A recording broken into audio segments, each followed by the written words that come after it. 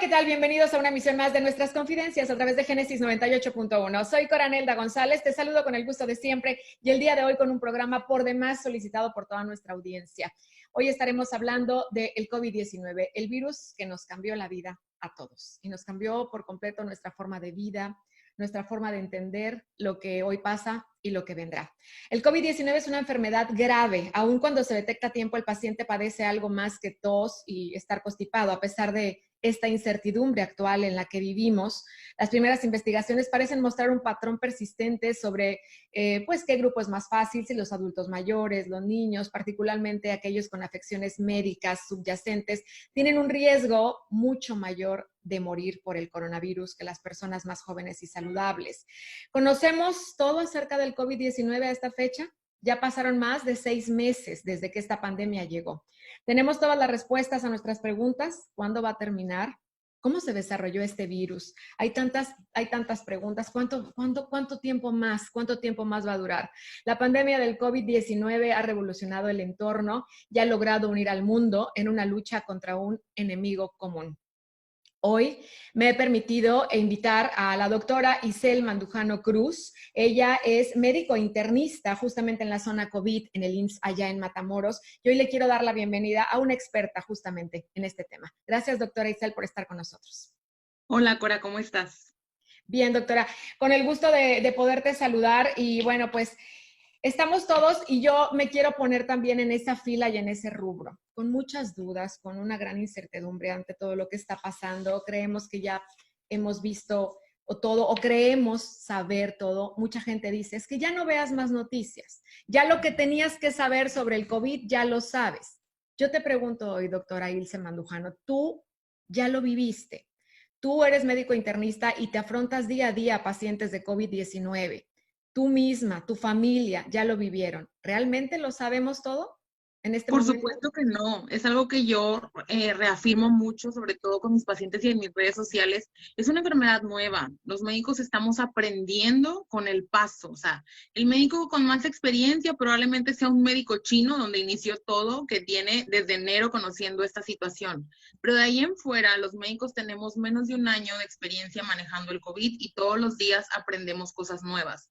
Al principio de la pandemia se creían ciertas cosas, conforme la investigación avanza y progresa, hoy conocemos otras y todos los días sigue saliendo información, entonces hay que manejarlo con bastante prudencia. Totalmente, doctora Ilse. Yo quiero que me cuentes cómo afronta un médico cada día trabajar en la zona COVID. Es un riesgo latente. Afortunadamente, tú lo pudiste librar junto con tu familia. Sé que no fue nada fácil, que es una situación muy difícil, pero a veces no estamos conscientes, ¿no? No estamos conscientes de lo que se vive allá adentro. ¿Cómo afrontas esto día a día? Pues sí, es muy difícil porque yo no estaba preparada para vivir tantas emociones. Yo normalmente estoy acostumbrada a dar malas noticias, pero esas malas noticias no eran diarias y no eran en cantidades intensas. Y ahora he tenido que reportar defunciones en montones. Y lo peor es que defunciones en una misma familia. Y eso, el saber que estás siendo un portador de malas noticias, el saber que todos los días estás en riesgo de infectarte, el no saber cómo te va a ir, si te vas a morir, si te van a intubar, el ver a tus compañeros cansados, ver que las compañeras enfermeras dejan a sus hijos con cuidadores y que no los ven para no infectarlos. Definitivamente el personal de salud ha modificado por completo la manera en la que vivía y en la manera en la que ejercemos la medicina. Doctora, vemos de repente muchas personas, y a ti que te toca estar, por ejemplo, ahí en el IMSS, en Matamoros, en la zona COVID, y después de este más de medio año que ya ha transcurrido, hay mucha gente que no cree, que la vemos sin cubrebocas, no quita la pena, que toman una maleta y se van de vacaciones. Otras tantas personas hemos visto como familiares, desgraciadamente, han perdido la vida. Hemos visto a algún familiar enfermo luchar por este virus y han logrado salir adelante. ¿Qué le dices a todas esas personas hoy después de medio año como médico responsable del área COVID que todavía están así, tomándose las cosas a la ligera, cuando no hay una vacuna, cuando no hay una cura, cuando las únicas herramientas para luchar contra el COVID-19 siguen siendo las mismas? La sana distancia, el usar el gel, el cubrebocas, evidentemente, pero eso sí no ha cambiado. Siguen siendo las mismas herramientas y la gente ya está cansada, está harta, no cree, ya no me pasó, ya no me tocó, y tú lo sigues enfrentando día a día y sigues enfrentándote a la muerte de muchos pacientes día a día. Así es horrible. Definitivamente esto emocionalmente a mí me ha pegado mucho. Yo les diría, por favor, no estorben. Si no ayudas, no estorbes. Si te enfermas, asume las consecuencias y no vayas y ocupes una cama de hospital. El problema es que no nada más queda en la enfermedad que tú puedes desarrollar, sino a cuántas personas tú vas a contagiar y cuántas personas te vas a llevar bajo tus espaldas por tus descuidos. Yo entiendo que la economía en este punto es algo que no podemos como simplemente ignorar y que la economía se debe de reanudar de la manera más rápida posible, pero eso no implica que hagas una fiesta. O sea, hay de riesgos a riesgos. Ok, ve a cortarte el cabello. Me explico, dale trabajo a la persona de la estética, perfecto. Pero de eso a que hagas una fiesta en tu casa con amigos y reuniones ya es muy distinto. O sea, no te expongas si no es necesario porque todos la llevamos. O sea, esto no va para cuando acabar. En Alemania ya hay de nuevo restricciones, en España también. O sea, esto únicamente nos tiene a todos hundidos. La pandemia de este coronavirus, como lo decíamos también al inicio, ha obligado a todos los países a adaptar medidas sanitarias, sociales, económicas para poder combatirla. Las consecuencias, está por demás decirlo, han sido devastadoras. Se han incrementado los procesos de vulnerabilidad o exclusión social también. Hoy, después de este más de medio año, doctora Ilse, yo te pregunto, porque todavía también están obviamente viviéndose las consecuencias económicas ya terriblemente a estas alturas. ¿Qué nos toca? O sea, ¿qué sigue? ¿Cómo seguimos después de este medio año sin una vacuna? ¿Cómo seguimos con esta incertidumbre? ¿Qué nos toca hacer a quienes ya les dio COVID-19 y a quienes no nos ha dado? ¿Qué sigue? Sigue seguir cuidándonos, porque recuerden que no hay inmunidad certera. Ya hay casos reportados de reinfecciones y no sabemos si estos casos de reinfecciones vayan a ser más severos en algunas personas. O sea, no porque ya te dio, ay, ya, X, no me va a volver a dar. No, al contrario, ya hay estudios publicados donde nos reportan casos de reinfecciones. Entonces, todas las personas tenemos que seguir con la misma directriz de decir, sigo cuidándome, sigo con las medidas, sigo saliendo únicamente a lo necesario y ok, compro local, es verdad, voy a la frutería de aquí del tianguis, le compro a mi amiga que vende Avon, compro maquillaje de tienditas mexicanas, o sea, sí, ok, restablece la economía, pero no necesitas arriesgar tu vida. No hay por qué, ir a un antro, o sea, no hay manera segura de ir a un antro, no hay manera segura de irte de vacaciones sin que nada te pase. Lo hemos visto con bloggers, influencers regias, hace poquito Charito, D'Alessio, ella pues fue a Cancún y se infectó y luego de que, ay, las niñas, y bien triste ahora sí porque ella enferma y encerrada. Corazón, si no te encerraste nunca, nunca te encerraste, ¿qué esperabas? ¿Que te diera que felicidad, que te llegara la lotería? Por supuesto que no, estabas buscando el COVID. Y afortunadamente le dio leve, pero no es el caso de todas las personas. Y ahora, ¿cuántas personas ella no contagió? Las personas que la atendieron, las personas que limpiaron su cuarto, las personas que estuvieron a cargo de ella en la recepción del vuelo. ¿Cuántas de esas personas no fueron a contagiar más gente a su casa? Y a lo mejor cuántas muertes llevas marcadas en tu espalda sin que tú sepas. Eso es ser irresponsable. O sea, eso es ser muy irresponsable. Cuando yo me contagié, yo estaba muy tranquila porque yo decía, yo no me quiero llevar a nadie entre las patas. O sea, yo no quiero decir, ay, fui a tal lugar y no tengo que avisarte de que, ¿sabes qué? Me contagié, cuídate, chécate, porque a lo mejor y nuestra cercanía fue un factor de riesgo para ti. Yo no quería cargar con eso, porque imagínate saber que cargas que por tu culpa se infectó a alguien. No, Es es que horrible. ahorita que lo mencionas de esa manera, doctora, sí te pones a pensar, o sea, dices, ¿en qué momento podemos los seres humanos llegar a ser tan inconscientes o por más artés que tengas ya desde este confinamiento y decir, bueno, yo estoy sana, yo hago ejercicio, yo me vitamino, no me va a pasar nada, mis hijos tan chiquitos tampoco, pero que es egoísta hasta cierto punto, pero no nada más, también con los demás, a quién puedes infectar. ¿Y qué pasa con el sistema médico, con el sistema de salud? Que Horrible. están dando el todo por el todo, están dando, ahí sí están arriesgando su vida por salvar más vidas, ¿no? La verdad es que a mí me ha generado problemas mentales. Yo caí en depresión, yo estoy viviendo todavía con crisis de ansiedad, la sigo teniendo. el simple hecho de vestirme y saber que voy a entrar y que mi vida está en riesgo me causa mucho conflicto. O sea, yo más cuando veo a las personas afuera vivir la vida como si nada pasara, porque yo vivo en dos realidades. La de dentro del hospital, donde yo me siento un ángel de la muerte que va así como que muerto, muerto, muerto, muerto, y la de afuera, donde veo a toda la gente en mi Facebook, en Instagram, yéndose a Cancún, yéndose a la playa, viviendo la vida, yéndose de antros, etcétera. Para mí ha sido muy difícil porque es como, a ver, o sea, yo siento que yo estoy en guerra, yo siento que yo estoy en Vietnam, pero la gente no se da cuenta. O sea, a mí Claro. me gustaría prestarles mis zapatos y mis ojos, aunque sea un turno médico, que tengan que vivir lo que implica vestirte de astronauta, no poder ir al baño, no poder tomar agua, no poder rascarte en tu horario de trabajo, o sea, ni al baño podemos ir. ¿Quién te crees tú como para irte a Cancún? O sea, está bien mal porque pues mucha gente dice, es que tú elegiste ser médico. Sí, yo elegí ser médico y estoy haciendo mi parte. Tú Yo no le estoy eliges, pagando. y tú dirías a la otra extrema, tú eliges ser responsable, ¿no? Exactamente, todos somos ciudadanos, tenemos que comportarnos con civismo, con ética. Yo creo que nos estamos dando cuenta la clase de personas que somos todos. O sea, las personas siempre han sido egoístas, simplemente que ahorita se nota quién sí, quién no es egoísta.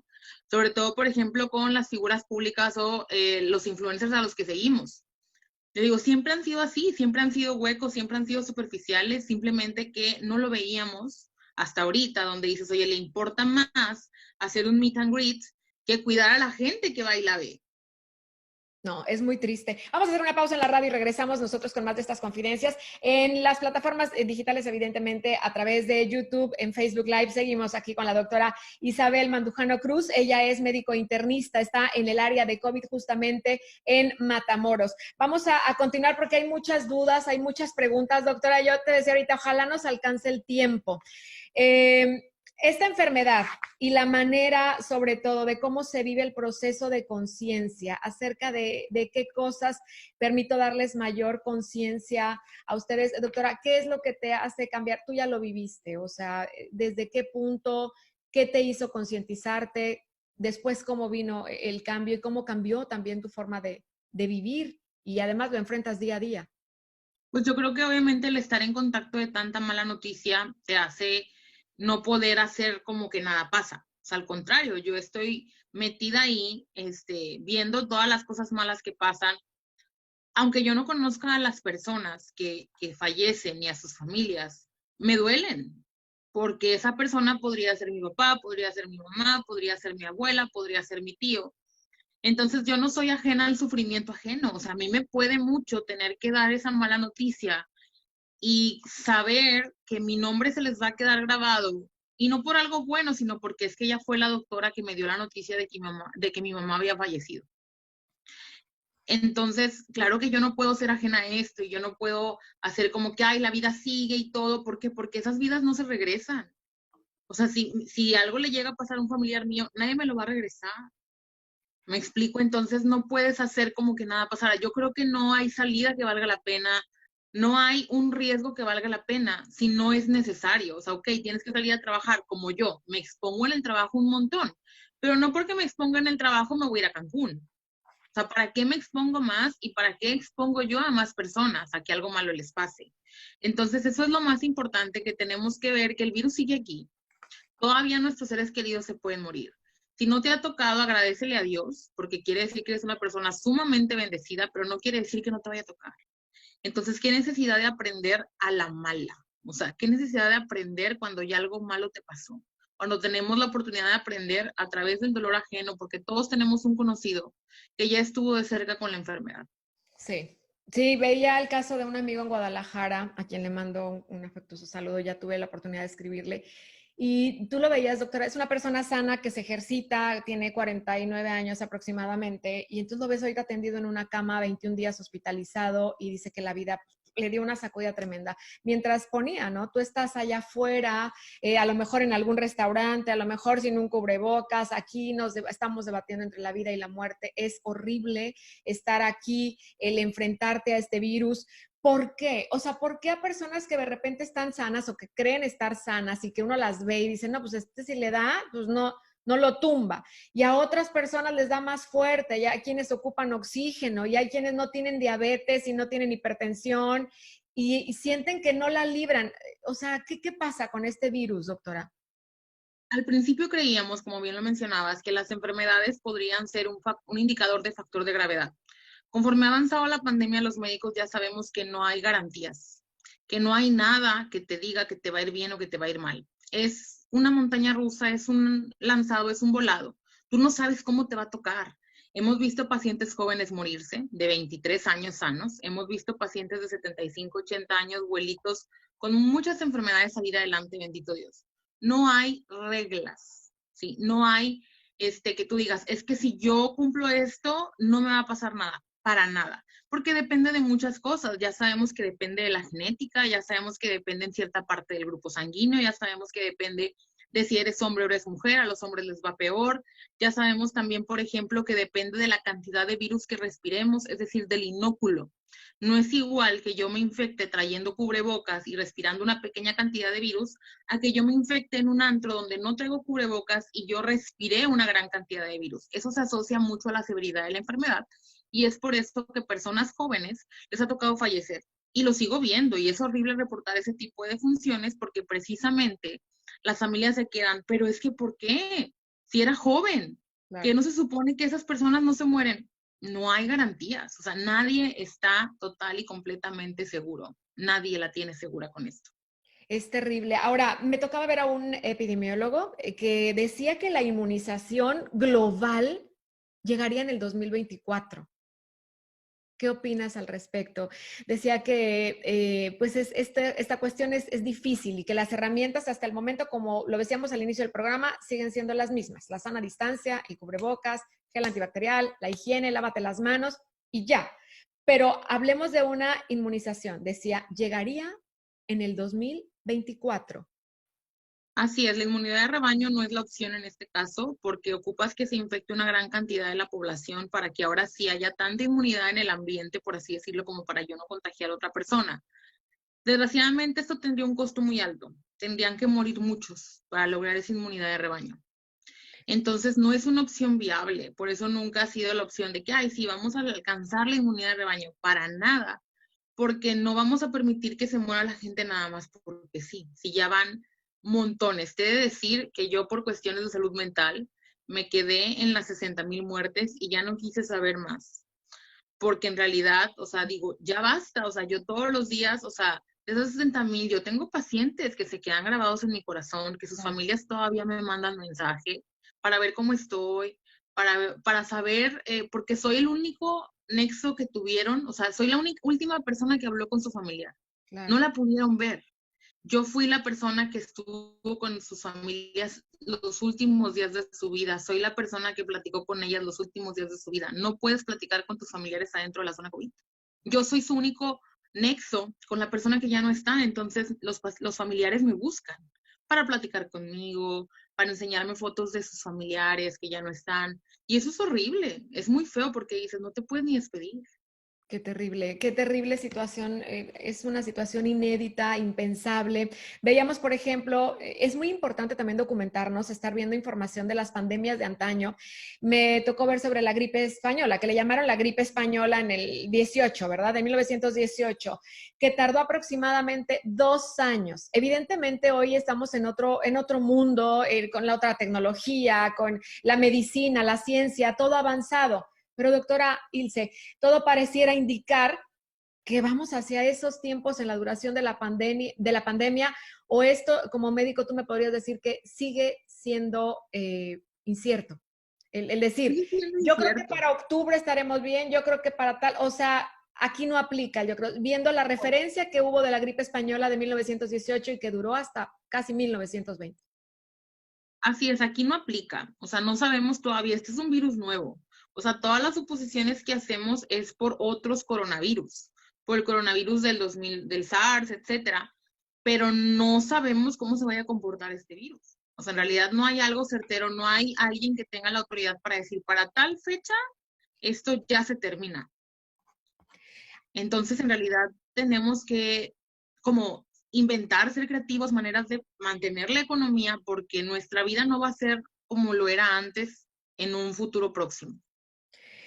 Fíjate, doctora, me decía un especialista también. Si este coronavirus, que es primo de los otros primeros 4 coronavirus, ¿no? Que nos causan ahora sí que el 30% de los resfriados, y es que nos siguen dando, los resfriados nos siguen dando año con año y tienes que tomar el medicamento o vacunarte, entonces sí estamos en problemas todavía mucho más fuertes y más graves. Pero es que si este coronavirus tiene ese comportamiento, entonces esto habla de que tendríamos que estarnos vacunando año con año, una vez que salga Probablemente, la como la vacuna. inmunidad no es duradera por los casos de reinfección que se ha visto, probablemente la vacunación tenga que ser estilo tipo influenza, Ujú. cada año, cada 6 meses. Aún no sabemos porque ni siquiera aún se conoce cuál es el tiempo que dura la inmunidad y de qué depende esa inmunidad, si de anticuerpos o si de otros tipos de inmunidad que tiene nuestro cuerpo como la inmunidad celular. Aún no hay información, como les menciono siempre a mis pacientes, la enfermedad es nueva.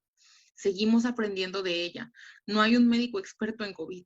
Tú sabes si te arriesgas a enfermarte de algo que ni siquiera sabemos qué está pasando. Imagínate nada más. Antes de irnos al corte comercial en la radio, me gustaría que me dijeras, doctor, hablando de la inmunidad, hay muchas personas que dicen, no, pues es que a mí ya me dio. O sea, yo ya puedo ir tranquilamente al súper, puedo ir a un restaurante, yo sí puedo ir a la fiesta, porque ya me dio, yo ya soy inmune. Hay quienes dicen, es que el doctor me dijo que tengo inmunidad de 90 días, son 3 meses después de que me dio y salgo ya negativo, tengo 3 meses de inmunidad para no contagiarme y que incluso puedo atender a un enfermo de COVID porque tengo esos 3 meses de inmunidad. ¿Esto es mito, es realidad? ¿Qué me puedes decir, doctora Ilse?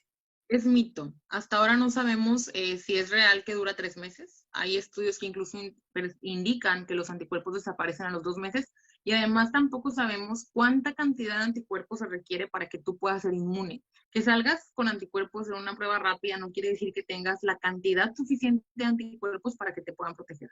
Entonces no hay que bajar la guardia. Yo tuve COVID y seguí entrando a la zona con la misma protección como si yo nunca hubiera tenido COVID y sigo bajo esa, o sea, esa intensidad de cuidado. ¿Tú te contagiaste atendiendo a pacientes de COVID allá en Matamoros, específicamente, doctora Ilse? Afortunadamente no, porque es una larga historia, pero así a resumidas cuentas, yo tuve la depresión atendiendo pacientes de COVID. Una depresión tan severa que me llevó a un intento de suicidio. Entonces me incapacitaron. Cuando me incapacitan por esa depresión severa, mi marido es médico, mi marido sí seguía atendiendo pacientes, no en zona COVID, pero seguía atendiendo pacientes. Él se infecta de COVID y él me infecta a mí. Entonces no me infecté yo atendiendo pacientes, ya tenía yo como 3 semanas en casa, incapacitada. Se infectó primero él y luego me infecté yo. Afortunadamente fue leve y bendito Dios porque como te mencioné, no es igual infectarte con 10 virus que con 1000. En el hospital obviamente estoy expuesta a cargas de virus muy, muy altas. Mi marido a lo mejor vio un paciente que no estaba severo, que estaba a lo mejor leve de COVID en la consulta, él se infecta de forma leve, me infecta a mí de forma leve. Probablemente otra historia hubiera sido si yo me enfermo en el hospital. Dios santo, y ahí es donde nosotros tenemos que ver.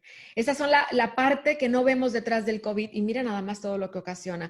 Y seguramente así como la doctora Ilse Mandujano, allá en Matamoros, ¿cuántos médicos no estarán viviendo esta terrible historia de simplemente levantarse, ya no tener ganas de vivir después de ver tantos decesos, de tener que dar la noticia a tantos familiares de que la persona que tenían ahí dentro ya falleció? Esto es una situación terrible y que desgraciadamente sigue arrebatando más vidas. Vamos a hacer una pausa en la radio y regresamos con la doctora Ilse Mandujano hasta Matamoros. Ella está directamente atendiendo a pacientes en el área de COVID allá en el IMSS de Matamoros. Regresamos.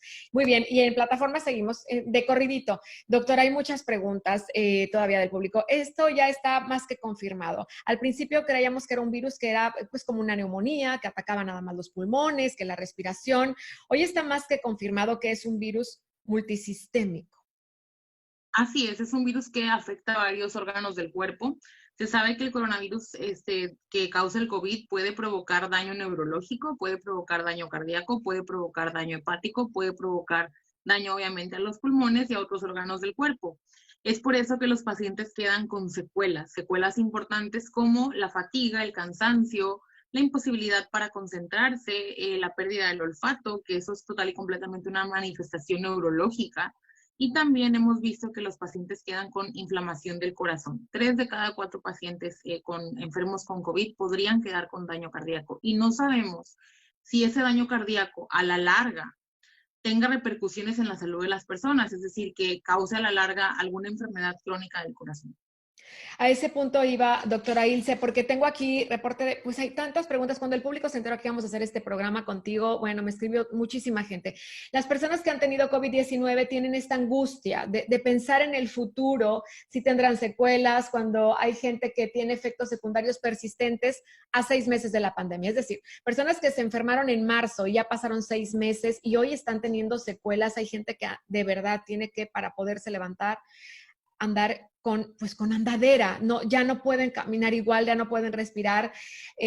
Todos los que se llegaron a infectar ya de COVID-19, ¿pueden llegar a pensar, doctora, que van a tener algún día su vida normal o mejor que la que tenían, hablando de la salud, igual o antes que el contagio? ¿O La verdad, definitivamente no lo su sabemos. condición va a cambiar? Es que no lo sabemos, no en todos los pacientes las secuelas son igual. Hay muchas manifestaciones. Yo sí he estado manejando muchos pacientes con secuelas y ahora a estos pacientes se les conoce como long haulers en inglés o long COVID, como COVID largo, o los haulers como receptores de COVID, pues. Son pacientes que, y como bien mencionas tú, llevan meses sintiéndose mal a pesar de que ya no contagian el COVID. No sabemos cuánto tiempo vayan a durar. Me preguntan mucho a mí mis seguidoras, es que ¿cuándo me va a regresar el olfato? Tengo 5 meses sin oler. Pues no sé porque no sabemos qué onda con esta enfermedad. Es que me canso muchísimo, no me puedo ni concentrar. ¿Cuánto tiempo voy a estar así? La verdad no te sé decir porque ni siquiera lo sabemos manejar. Yo estoy aprendiendo de las secuelas del COVID conforme mis pacientes las presentan y yo los estoy tratando como si fueran pacientes con fibromialgia, porque a mí se me parece, aún se me figura mucho una fibromialgia, pero no sé si estoy bien, porque no hay información suficiente al respecto. ¿Qué hacer cuando un paciente tiene secuelas con COVID? Ahora, volvemos a lo mismo que decías ahorita, doctora, que hay mucha gente joven que se ha enfermado y que desgraciadamente también han perdido la vida, pero porque fue también la forma en la que se contagiaron, que no es lo mismo contagiarte, y son ciertas partículas las que entran cuando traes el cubrebocas, a cuando, por ejemplo, decían, estás con alguien en una fiesta y esa persona está cantando. Que tú estés cerca de alguien que está cantando es una catástrofe. O sea, la cantidad de virus que tú vas a tener ya ahora y la forma en la que te vas a contagiar sería terrible. Igualmente con alguien que se está carcajeando, ¿no? Que todo esto tiene que ver y que esté cerca de ti, que esta es la forma también que afecta de distinta manera. Así es, porque cuando nosotros respiramos, eliminamos el virus y estamos infectados. Y se queda en forma de aerosoles, que son unas partículas que flotan en el aire, que tú y yo no vemos, pero ahí están.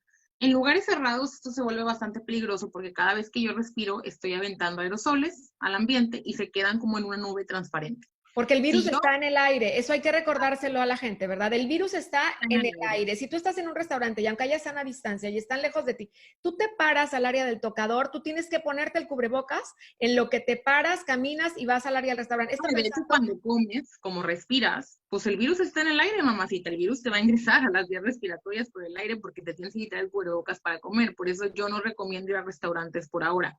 Pidan a domicilio o coman en un restaurante al aire libre. a eso Porque voy, al aire doctora. Se vale estar en lugares que estén en terraza. Ahí no corres, obviamente, ese riesgo. Me hablo en el sentido de, como decías ahorita, doctora Ilse, de reactivar la economía, de aprender a vivir, porque esto no sabemos cuánto va a durar y todos tenemos que seguir trabajando y tenemos que seguir viviendo. Y entonces, si estás en este proceso, dices, bueno, escoge un área que tenga justamente una terraza al aire libre y todas las medidas, obviamente, y todos los protocolos.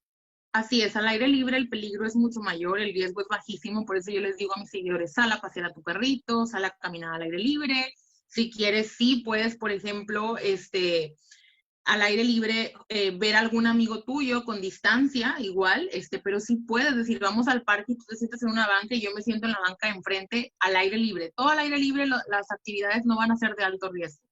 En lugares cerrados, sí, por lo que les menciono, los aerosoles se quedan suspendidos y la persona emite tantos aerosoles dependiendo de la actividad que haga. Si respiras en una cantidad, si me carcajeo es más alto, si grito es más alto o si jadeo, como cuando hago ejercicio.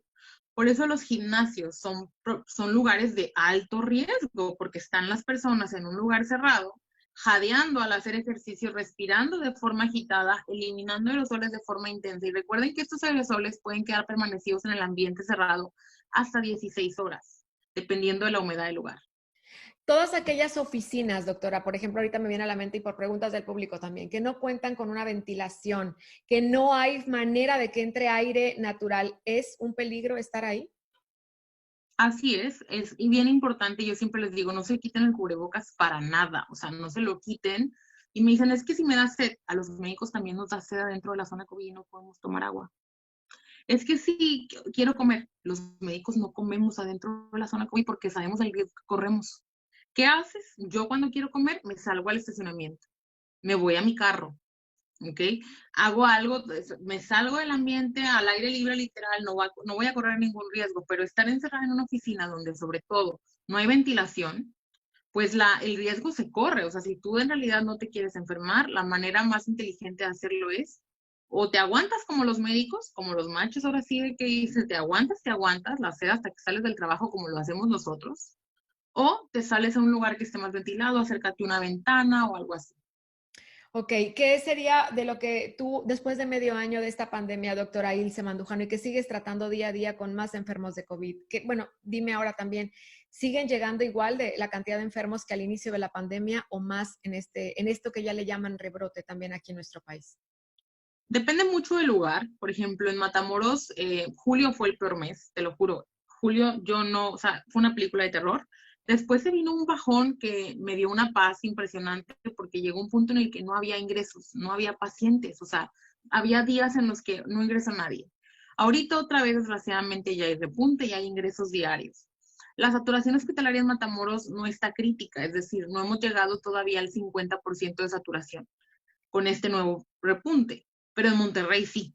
Entonces va a depender mucho y tienes que hablar mucho con los médicos locales. Ve lo que los médicos locales publican, porque de ellos son los que saben cómo están las cosas en el hospital. Las camas ocupadas no mienten. O sea, por más, porque dices, bueno, es que no se hacen pruebas, pues no hay casos nuevos. Pero las camas en los hospitales ocupadas no te echan mentiras. Entonces es ahí muy importante cuando tenemos que poner atención a los médicos que están en nuestra localidad. ¿Qué tan grave es la situación donde yo vivo? Vamos a hacer un corte en la radio y regresamos porque estamos hablando de COVID-19, el virus que nos cambió la vida a todos. Y digitalmente seguimos en YouTube también y bueno, por supuesto en Facebook Live a través de la radio en vivo. En unos instantes más voy a conectar con Diana Aguilar. Ella es paciente sobreviviente de COVID-19 y nos va a platicar un poco de su historia y sobre todo para aquellas personas que siguen pues en la parte esta de que no, a mí no me va a pegar, a mí no me va a dar, yo voy a estar bien, yo estoy bien fuerte. O sea, aquí doctora Ilse, nadie, absolutamente nadie, estamos exentos de tener COVID.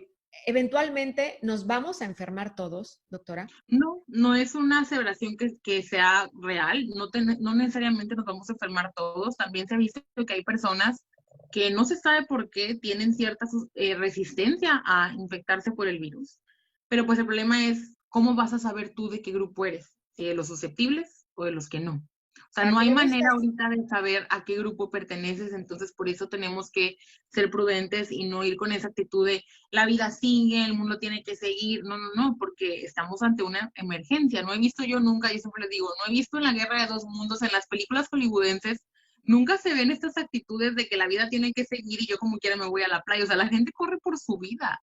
Esto es algo similar. Estamos totalmente, así lo ves, doctora Ilse, en un mood todos así como de sobrevivencia, es decir, de tomar esa conciencia, ¿no?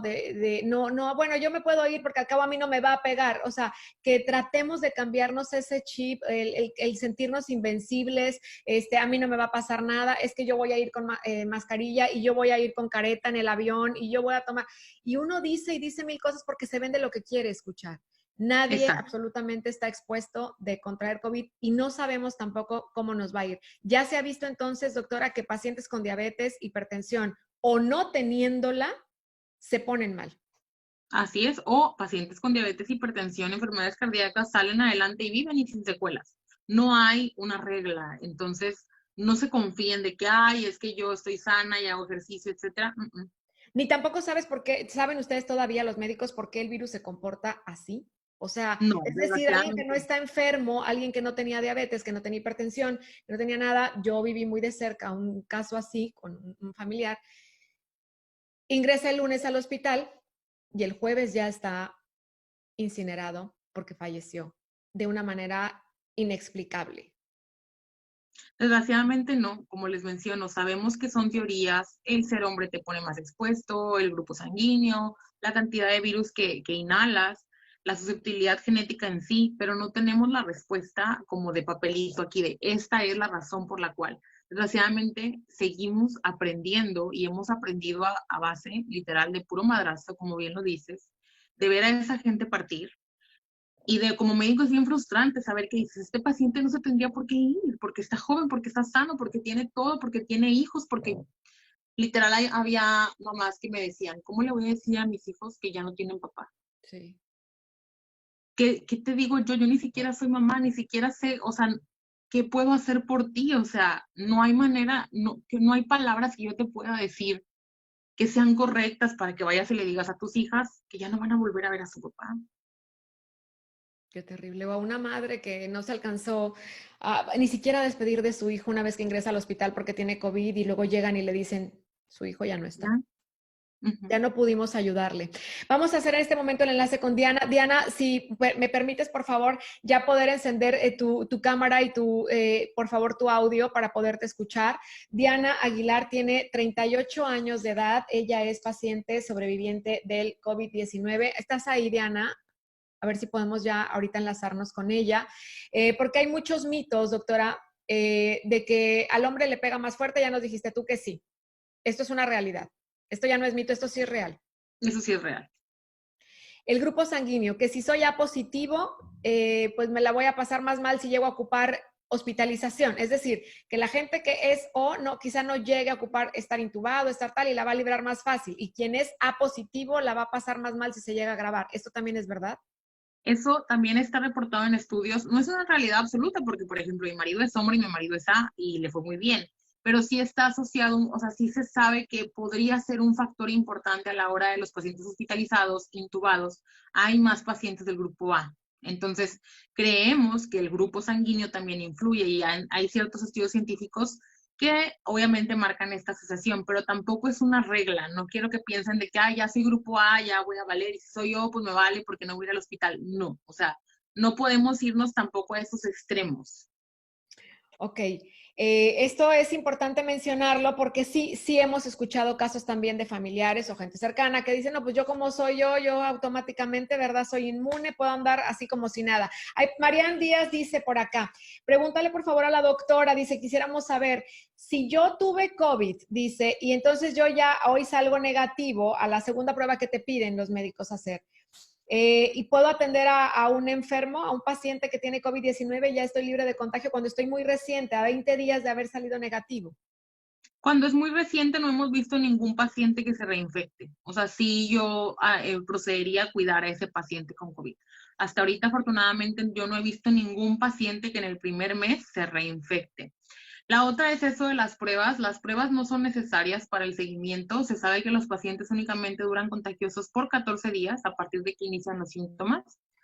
Y la prueba puede persistir positiva hasta por 2 meses. Entonces, el que la prueba siga saliendo positiva, lo único que representa es que se están, digamos, expulsando pequeñas partículas de virus, pero son pedazos del virus que no alcanzan a ser contagiosos.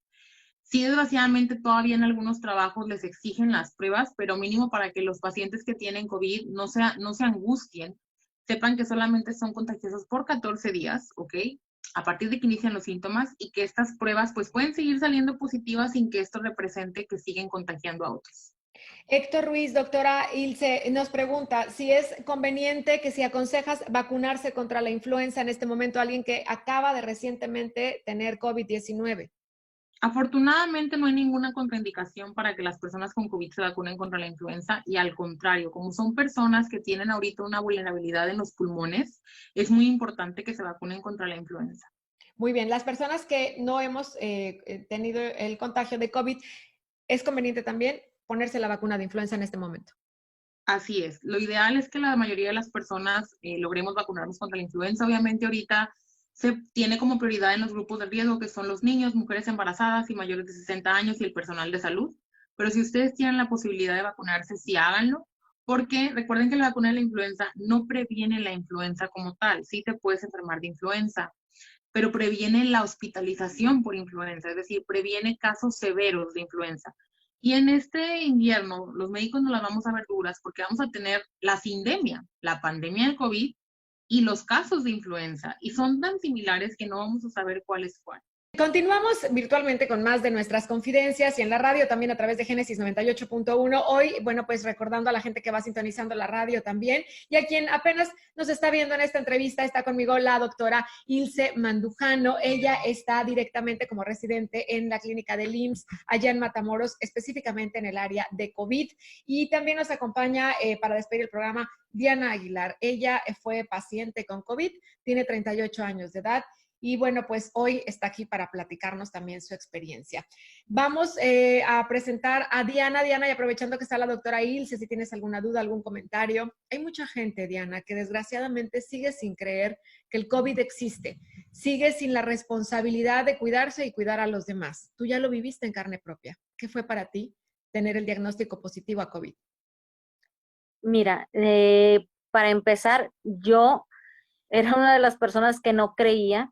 Yo pensé, lo primero que se vino a la mente, pues que era algo de gobierno, algo para crear pánico entre nosotros o para, pues, más que nada, pues, dañar lo que es, pues, la economía familiar.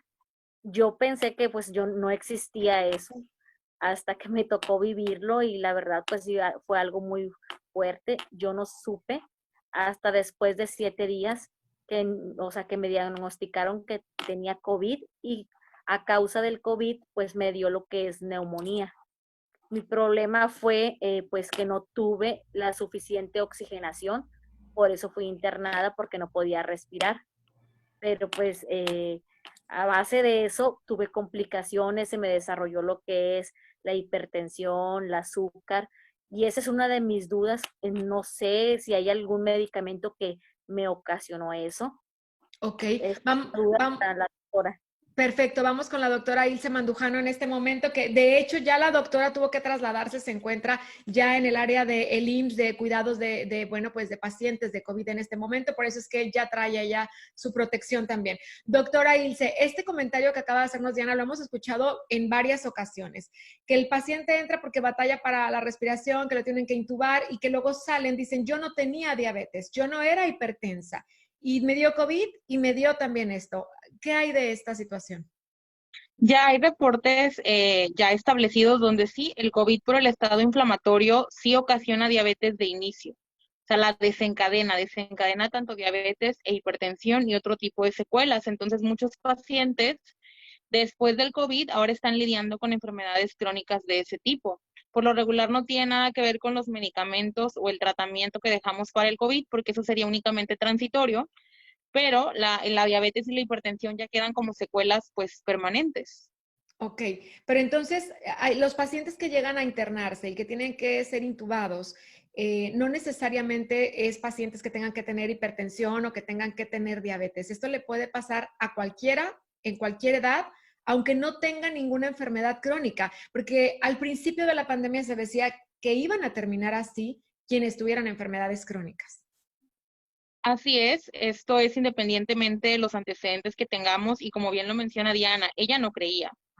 Como ella no creía, ella no se cuidaba, porque las personas que no creen no se cuidan y son las que enferman de más severidad y con más secuelas y con más complicaciones, porque la carga viral que entró a su cuerpo fue mucho mayor, que era lo que te comentaba al principio de la entrevista. Si yo me cuido y uso cubrebocas, puede que me enferme, pero la severidad no va a ser la misma, ni las complicaciones, ni las secuelas. Entonces, por eso yo no puedo creer que a este punto, ya más de medio año de la pandemia, aún, y créeme que aún existe gente como Diana, la gente como Diana es real y existe, que no cree, que piensa que esto es un invento a pesar de que han muerto muchísimas personas pues ya a esta fecha.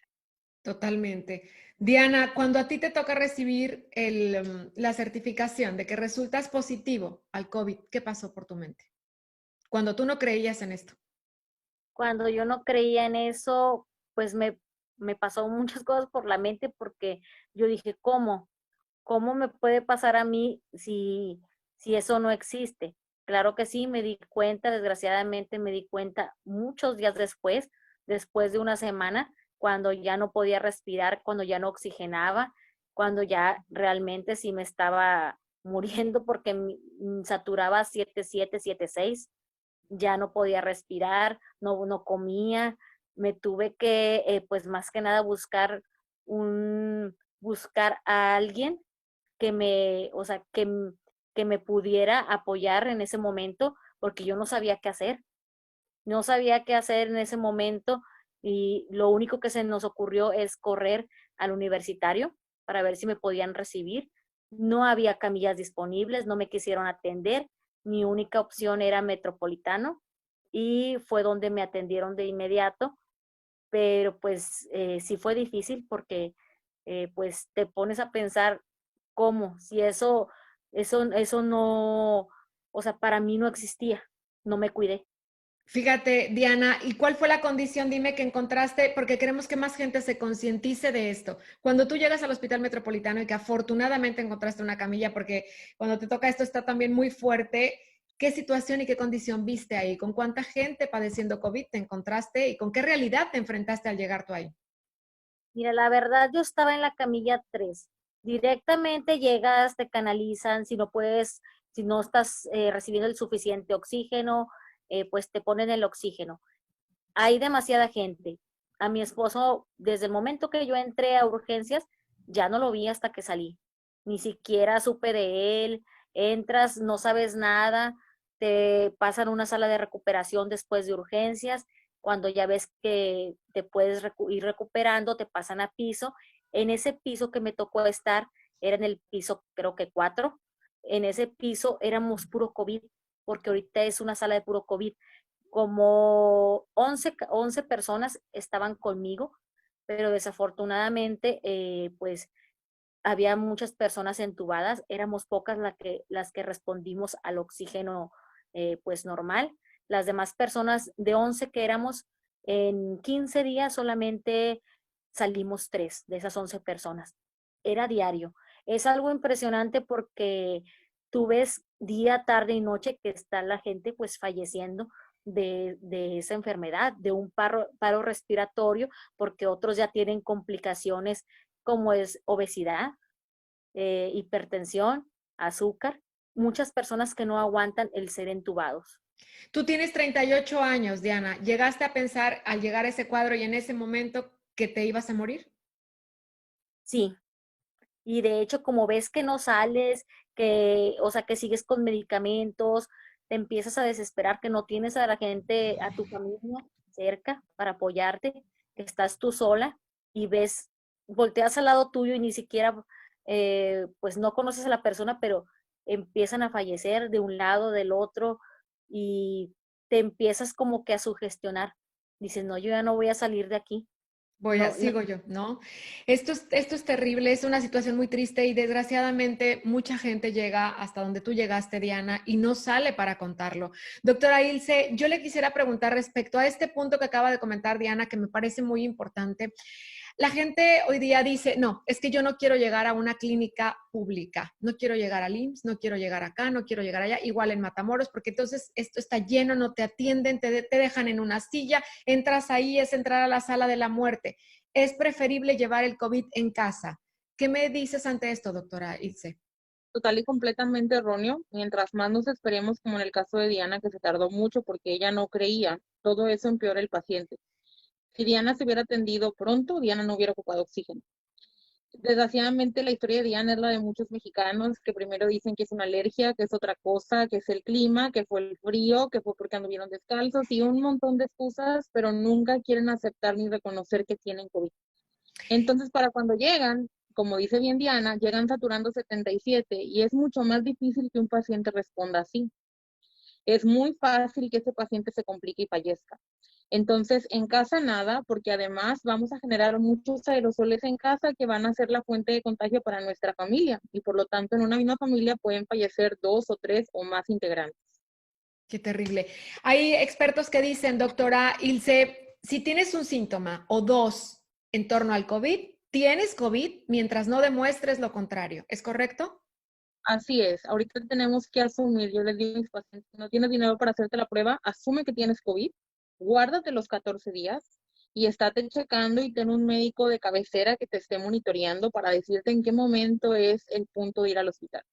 porque estamos en medio de una pandemia. Entonces, al estar en medio de una pandemia, si tienes un síntoma o dos, pues lo tienes, mientras no demuestres lo contrario a través de una prueba. Diana, ¿hay algo que tú le quisieras comentar antes de despedirnos a la gente que nos está viendo, a las personas que están escuchando a través de la radio también? ¿Qué mensaje te gustaría enviar? Porque se puede decir que con esa oxigenación que tú llegaste, como bien dice la doctora Ilse, prácticamente es un milagro que hoy estés aquí, al haber esperado tanto, al no creer en que este virus existía.